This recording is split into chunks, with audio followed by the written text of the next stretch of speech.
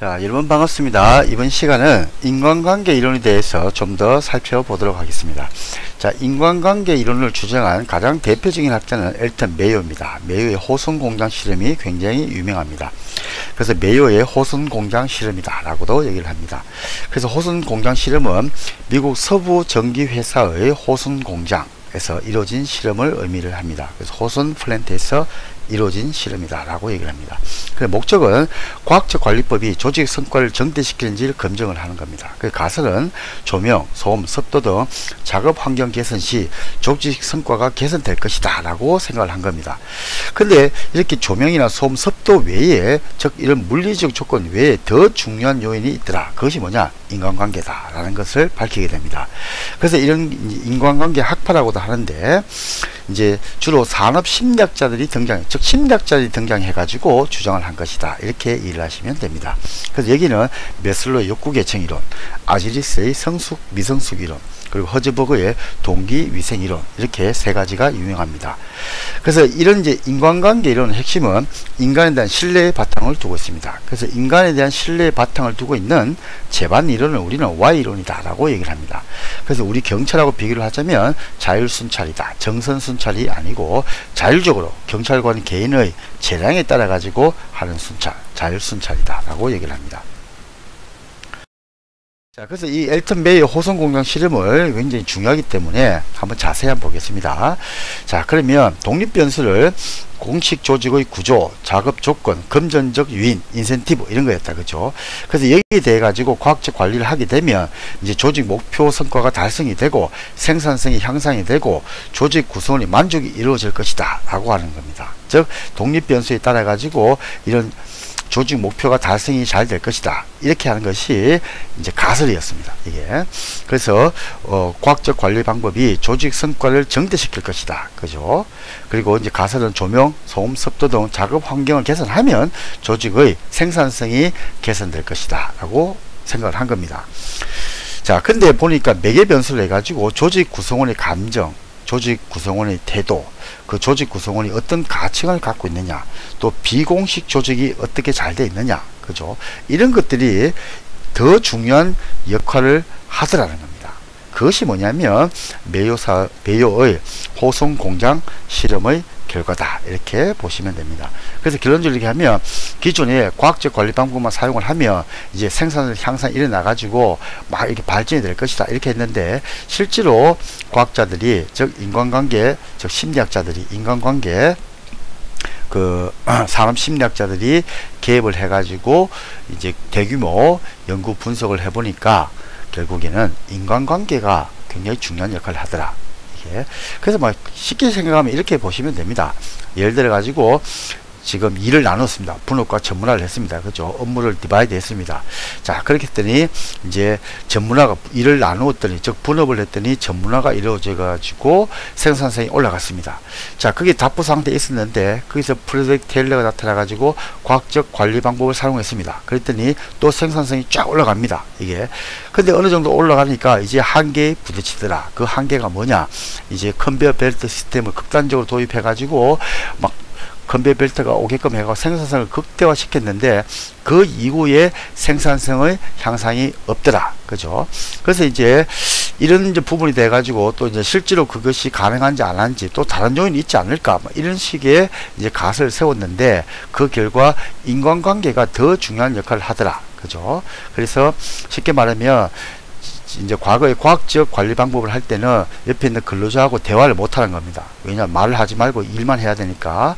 그런데 인간관계 이론이 접목이 되면서 그 노동자 사이의 어떤 관계, 그죠? 그것이 굉장히 중요하더라. 그래서 그 친구들이 잡담도 하는 겁니다. 야, 어제 뭐 나한테 갔는데 물 좋더라, 우리 다음에 같이 한번 놀러 가자, 뭐 이런 얘기도 하고, 야, 그다음 어디 맛집이 있는데 거기 참 맛있더라, 거기다 우리 같이 먹으러 가자, 뭐 이런 식으로 사이가 좋으니까, 근로자들끼리 사이가 좋으니까 생산성이 또 한번 발전을 하더라. 이것이 인간관계 이론이다, 이렇게 보시면 됩니다. 자, 그런 이제 인간관계 이론 중에서 가장 대표적인 것이 메슬로우의 욕구계층 이론이다 라고 얘기를 합니다. 근데 이 메슬로우 욕구계층 이론은 너무나 유명해 가지고 교육학이라든지 심리학이라든지 이게 뭐 모든 분야, 경영 이론부터 해 가지고 다 약방의 감초처럼 활용이 되고 응용이 되고 있습니다. 그래서 매슬로의 욕구 계층 이론을 우리가 조금 자세히 한번 보겠습니다. 자, 매슬로는 인간의 욕망을 5가지로 구별합니다. 그래서 제일 먼저 피지컬 니즈입니다. 그 생리적 욕구, 그 다음에 세이프티 니즈, 안전에 대한 욕구, 그 다음에 소셜, 러브라고 하는데 사회적 애정에 대한 욕구, 그 다음에 이제 네 번째가 셀프 에스템이라고 해가지고 자아 존중에 대한 욕구, 그 마지막 셀프 액츄얼라이제이션이라고 해가지고 자아 실현에 대한 욕구, 이렇게 5개의 욕구를 갖고 있다라고 얘기를 합니다.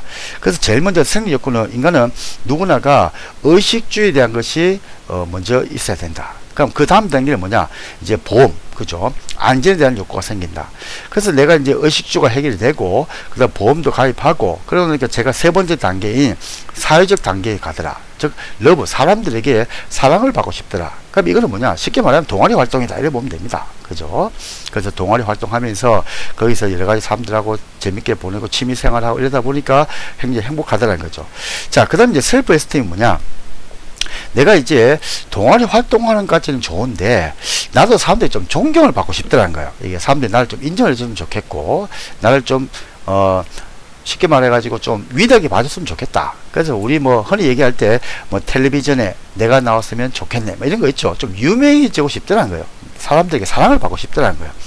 자, 그 다음 마지막 셀프 액츄얼라이제이션, 자아실에 대한 욕구는 뭐냐면, 이거는 매슬로는 극소수 인간만이 여기에 도달할 수 있다라고 얘기를 합니다. 그래서 그것이 무엇이냐라고 한다면 정말로 자기가 하고 싶은 일을 하고 사는 겁니다. 그게 마지막 단계인 자신에 대한 욕구다. 그래서 이 매슬로는 이 인간의 욕망을 5단계로 딱 구별했는데 이것이 너무나 절묘하게 잘 맞더라는 겁니다. 이게 특히 이제 모티베이션을 가지고 얘기를 하는데, 이 동기부여는 뭐냐면, 제가 예를 들어 가지고 이제 교수다 보니까 이제 의식주의에 대한 것도 제가 해결을 했고, 그 다음 제가 보험에도 들었고, 그 다음 저는 이제 사회적 단계, 요 이제 세 번째 단계에 있는 겁니다. 이게. 자, 그런데 이제 저보고 밑에 있는 단계를 가지고 꼬시는 겁니다. 즉, 모티베이션을 하는 겁니다. 뭐냐? 저한테 정부미를 갖고 와가지고, 자, 선생님, 정부미가 싸게 나왔는데 구입을 하시죠. 그럼 제가 뭐라고 합니까? 저는 그걸 다 단계를 지났기 때문에 니나 먹어라. 이렇게 얘기하겠죠. 또 누가 저한테 와갖고 선생님, 보험에 가입하시죠. 이 보험이 아주 좋습니다. 이렇게 얘기를 할 겁니다. 그럼 저는 뭐 이미 들었잖아요. 그러면 또 나는 안 들겠다. 이렇게 얘기를 하겠죠. 그러니까 제가 안 움직인다는 겁니다. 즉, 제가 소셜 단계, 소셜 니즈 단계에 있는, 즉 세 번째 단계에 있는 사회적 애정의 욕구의 단계에 제가 있다 그러면 그 하위에 있는 생리적 욕구라든지 안전에 대한 욕구를 가지고 저를 꼬시면 저는 모티베이션이 되지 않는다. 즉 동기부여가 되지 않는다는 겁니다. 그런데 이제 옆에 사람이 저보고 이렇게 하는 겁니다. 아, 선생님 이번에 회장 출마 한번 해보시죠. 이렇게 얘기하는 겁니다. 그러면 제가 제가 뭐 능력도 없는데 뭐 제가 회장 되겠습니까? 근데 어떻게 하면 됩니까? 라고 한다는 거. 제가 움직인다는 거죠. 이게. 그게 뭐냐? 이 동기부여는 밑에 있는 단계에서는 꼬시지 못하는데, 즉, 동기부여를 주지 못하는데, 그 위에 있는 단계를 가지고 저를 꼬시면 제가 동기부여를 받아가지고 움직인다는 겁니다. 이게 이제 매슬로우가 인간의 그 심리를 잘 이용해가지고 이 5단계를 나눴다라고 얘기를 합니다. 그래서 마지막에 이제 자아 실현에 대한 욕구, 이거는 정말 자기가 하고 싶은 걸 하는 겁니다. 그래서 예를 들면 여러분들이 만약에 로또에 한 100억짜리가 당첨이 된 겁니다. 자, 그럼 여러분이 솔직히 경찰 시험 준비하겠습니까? 안 하겠죠. 그래서 제가 이제 학생들한테 많이 물어보면, 자, 100억 있다. 뭘 하겠냐? 그럼 전부 다 세계 여행입니다. 경찰 하겠다는 학생 한 명도 없어요. 전부 다 세계 여행 하겠다. 아니면 또 건물 사가지고 건물주가 되겠다. 그죠? 자, 이런 게 뭐냐? 정말로 네 하고 싶은 게 뭐냐 하는 것이 이 셀프 액츄얼라이제이션이다. 이게. 그래서 예를 들면 일본 같은 경우에 이제 뭐 왕이 있지 않습니까? 그죠? 그 왕자도 있을 거 아니에요. 그죠? 그러면은 그 왕자들도 아니면 대기업에 뭐 아들, 딸이 있다. 손자도 있다. 그럼 대학을 가야 될 거 아닙니까? 그죠? 그러면 그 친구들이 주로 무슨 과에 갈 것이냐? 보통은 경영학과 갈 것이라 생각하는데 아닙니다. 의외로 철학과에 많이 갑니다. 왜냐면 자기들 먹고 살만 하니까 이제 내보다 경영을 잘하고 숫자를 잘하는 사람은 내가 고용을 하면 돼요. 이게. 근데 철학이라는 것은 뭡니까? 제왕학입니다. 인간에 대한 학문입니다. 그죠? 역사 이런 것들은. 그래서 그런 데 가가지고 인간에 대한, 즉 관리를 할 수 있는 그런 심리를 배우겠다. 이렇게 해가지고 막 갑니다. 또 일본에 있는 왕자 같은 경우는 대학원에 갔는데 어느 과에 갔느냐? 생물학과 갔습니다. 먹고 살만 하니까. 그죠? 정말 내가 하고 싶은 건 뭐냐? 근데 그 사람은 생물학과니까 뭐 쉽게 말하면 개구리 해부하는 걸 하겠다는 거예요. 난 그게 좋더라는 거예요, 이게. 자, 이런 식으로 정말로 자기가 좋아하는 걸 하겠다. 그게 자신에 대한 욕구고, 이것은 매슬로우는 극소수만이 도달한 단계다라고 얘기를 합니다. 자, 그래서 우리 이제 경찰하고 보면 이제 생리적 욕구는 보수, 휴양, 휴가 이런 게 되고, 안전에 대한 욕구는 연금, 신분 보장 이런 게 되고, 소셜, 러브는 인간관계 개선, 고충, 그죠? 어려움이 있다 이런 거. 그 다음에 자아 존중에 대한 욕구는 제한, 보상, 위임, 교육, 참여 이런 것이 되고, 그 다음에 정말 그 셀프 액츄얼라이제이션, 그죠? 네 꿈이 뭐냐 뭐 이렇게 했을 때는 승진, 그죠? 그리고 또 공무원 단체 거기 가가지고 뭐 장이 되고 뭐 이제 이렇게 활용하고 이런 것이다라고 얘기를 합니다. 근데 이제 맥클랜드는 이런 이제 매슬로우 욕구 계층 이론을 아주 간략하게 해가지고 권력 욕구, 성취 욕구, 친교 욕구 이렇게 세 가지로 구별을 했습니다. 그래서 맥클랜드는 안전한 욕구는 얘기하지 않았다라고 얘기를 합니다. 자, 이제 마지막 현대 조직 및 경영 이론입니다. 자, 여기서는 계량화 수치화를 시킵니다. 자, 이거는 뭐냐면 쉽게 말하면 이러면 됩니다. 예를 들어 가지고 제가 할머니다. 그러면 제가 이제 설렁탕을 아주 맛있게 합니다. 그러면 제가 9시부터 해가지고 6시까지 제가 가게를 딱 했습니다. 근데 이제 손님이 많이 오는 거죠. 그러니까 제가 이제 9시부터 12시까지 영업을 했습니다. 자, 근데 손님이 더 많이 오니까 24시간을 하는 겁니다.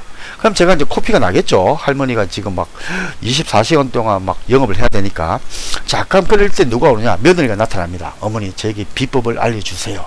자, 그러면 이제 이 할머니가 며느리에게 그 비법을 알려주려고 하는데 며느리가 볼 때 굉장히 답답합니다. 왜냐하면 국을 끓여 가지고 소금을 넣는데 할머니, 어머니 소금을 어느 정도 넣어야 됩니까? 그러니까 뭐 한 주먹 넣으면 된다 하면 대충 넣는 거예요, 이게.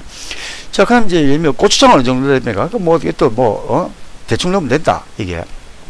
그러니까 며느리가 봤을 때는 이 대충이란 말이 이해가 안 되는 거죠, 이게.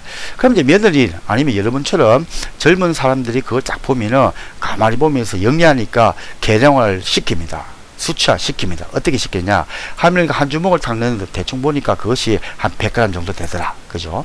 그냥 또 고추장을 또 대충 할머니 넣었는데 그냥 밥주걱이나 수저 그 국그릇으로 대충 넣었는데 여러분 딱 보니까 아, 요건 한 200g 정도가 되는구나. 그러면 그거 어떻게 합니까? 계량화 시키고 수치화 시키는 거죠. 그러면 이제 나중에 여러분들은 그걸 어떻게 합니까? 프랜차이즈 사업을 합니다. 왜냐? 프랜차이즈는 뭡니까? 모든 것이 계량화되어 있고 수치화되어 있습니다. 그래서 예를 들면 뭐 롯데리아를 갔다. 그럼 롯데리아 어떻게 합니까? 패드가 있다. 그럼 패드를 갖다가 앞면 구울 때 예를 들면 1분, 그 다음 뒤집어 가지고 1분.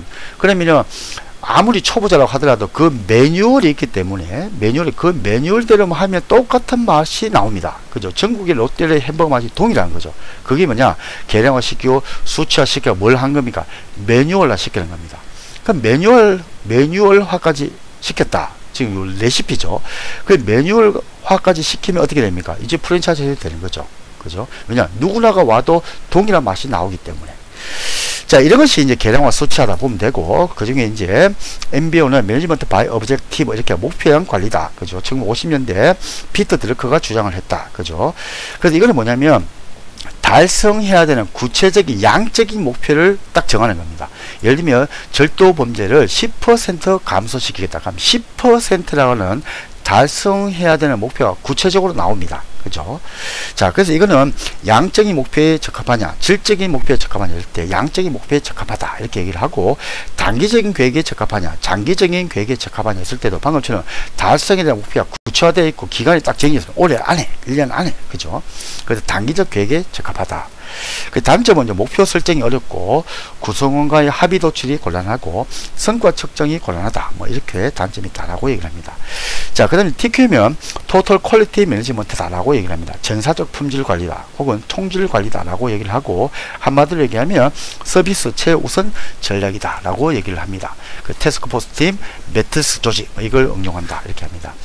자, 그 다음에 시스템 시어리 체계 이론은 쉽게 얘기하면 오케스트라다. 오케스트라는 다 중요합니다. 그죠? 업무별로 다 중요하다. 그래서 이 체계 이론이 좀 막연하다라는 비판을 받습니다. 그래서 상황에 따라 가지고 임기응변을 해야 된다. 그것이 뭐냐? 상황 이론이다 라고 얘기를 합니다. 자, 고생 많았습니다.